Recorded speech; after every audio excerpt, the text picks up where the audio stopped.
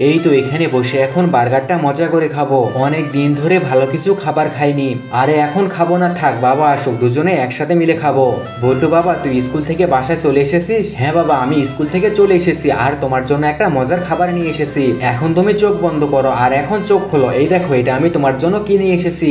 আরে এটা তো বার্গার, এখন খেয়ে দেখি তো। ধুর, এটা তো নষ্ট হয়ে গেছে। বাবা তুমি এটা ফেলে দিলে কেন?